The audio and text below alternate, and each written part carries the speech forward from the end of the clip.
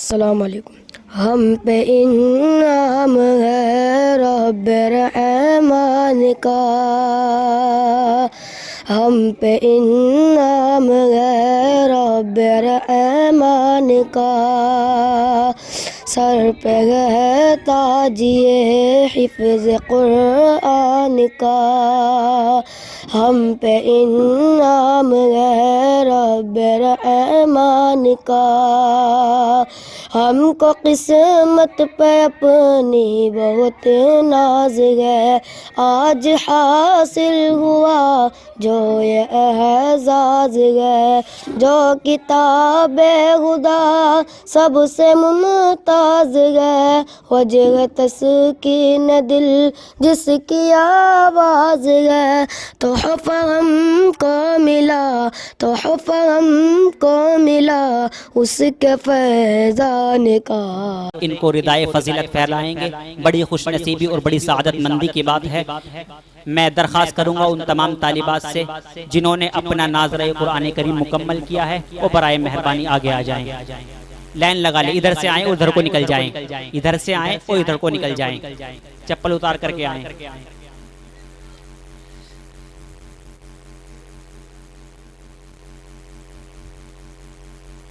कितने बच्चे हैं?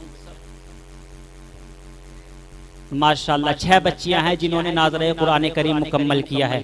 बहुत खुशनसीबी की बात है।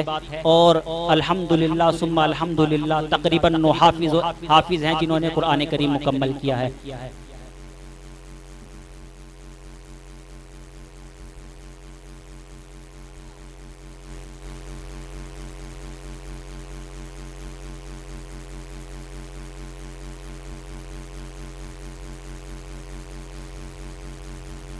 काबिल फ़ख्र हैं वो वालिदैन जिनकी ये बच्चियां हैं।